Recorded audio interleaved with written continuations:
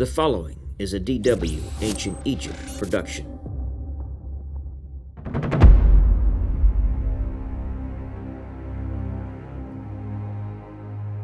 Pepi I was succeeded by his son Merenre in 2283 BC, but little is known of his reign. Merenre shared his father's fascination with Nubia and continued to explore deep into the region.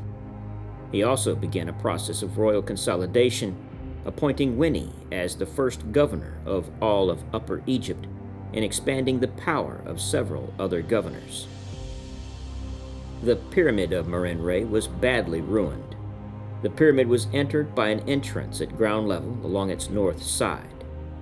A short passage, a corridor chamber, and another passage with the usual 3 portcullises led down into an antechamber, to the west of which was the burial chamber. The burial chamber contained a black basalt sarcophagus, which was intact when it was discovered. The mummy that was discovered inside this sarcophagus is held by some to have been Merenre I himself, although it most likely belongs to an 18th dynasty intrusive burial. This mummy would be the oldest known complete royal mummy if it is actually him. The niche for the canopic chest was sunk into the floor. As was usual for a 6th dynasty pyramid, Merenre I's pyramid was inscribed with pyramid texts. In the choice and distribution of these texts, Merenre's pyramid is very similar to Pepi I's, even copying the star ceiling. Only little remains of the mortuary temple and other buildings associated with the pyramid of this short-reigning king. The kingship passed on to Merenre's 6-year-old son, Pepi II. Manetho claims that Pepi II came to the throne around 2278 BC at the age of 6 and lived to be 100. This could easily be an exaggeration, but records of his reign point to a rule of at least 65 years, similar in length to Ramses II. His long reign was a possible reason for the Old Kingdom collapse.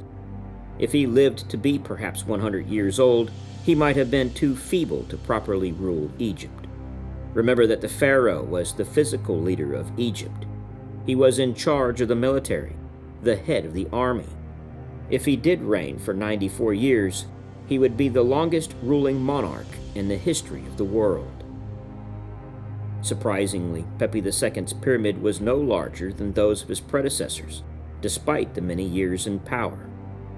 An interesting feature is that after the north chapel in the wall was completed, the builders tore down these structures and enlarged the base of the pyramid. A band of brickwork reaching to the height of the perimeter wall was then added to the pyramid. The purpose of this band is not known. The burial chambers had a gabled ceiling covered by painted stars.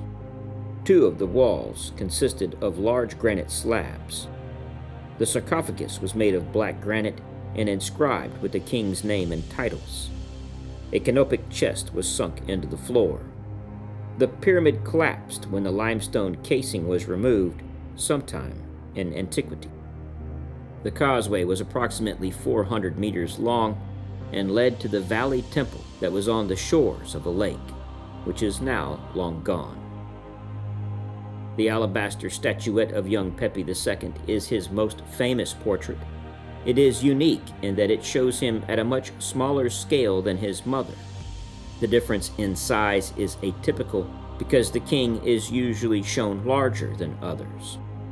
His mother, Oncasin Pepi II, most likely ruled as a regent in the early years of his reign. On the walls of a tomb in Abydos is the story of Winnie, one of the longest narrative inscriptions of this period. His autobiography records how he rose from almost obscure origins through the court hierarchy under the first 3 kings of the dynasty to become the governor of the south. During Merenre's reign, Winnie became sole arbiter in a harem conspiracy case involving Queen Weret Imtez. Never before had the like of me heard a secret matter of the king's harem, but his majesty caused me to hear it. Bearing in mind Manetho's assertion that the previous king Teti had been assassinated, no doubt the sentence on the queen was a capital one. Another detailed autobiography of this time was discovered in the tomb of the noble and caravan leader Harkuf. The inscription details how Harkuf made 4 journeys into the dangerous lands south of Aswan to collect elephant tusks, ebony, incense, and other commodities. During the second year of Pepi II's reign, he captured a small pygmy while on the route to Darfur. He sent word ahead to the young pharaoh, who wrote back with specific instructions that the pygmy should be inspected 10 times a night as he slept to ensure no harm befell him. This expedition was evidently successful. The Egyptian state's ability to control zones east from the Nile seems to have waned, and mining expeditions to Sinai ended after Pepi II's reign. Military activity in Asia is last reported in the biography of Winnie the Elder from the early 6th dynasty, and the trade contacts with ports farther north seem to have ceased.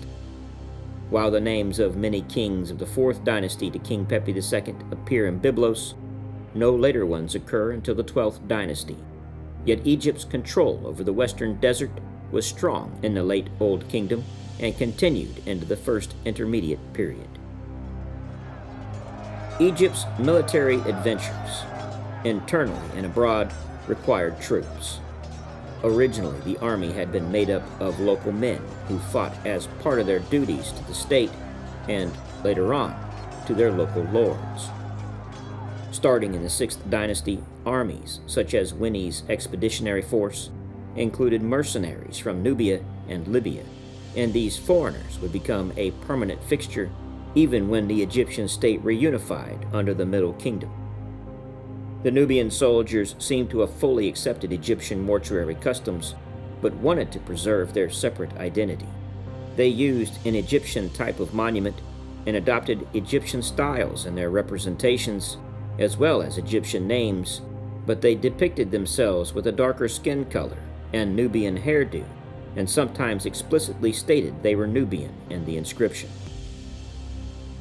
The historical record became silent toward the end of Pepi II's reign. The central government eventually broke down, and the country fell into political disorder upon the death of Pepi II. As a result, Egypt fell into chaos, and the historical record disappeared. This dark age, called the First Intermediate Period, would be one of 3 similar breakdowns that Egypt would face during its 3,000 years. Egyptologist Bob Breyer points out that change for Egypt was always bad. Changes made at the end of the Old Kingdom, which included solar temples, name changes to the solar god Ra, and pyramid texts in the burial chambers, signaled a decline in royal authority and a rise in status for the priests, who may have begun controlling the country.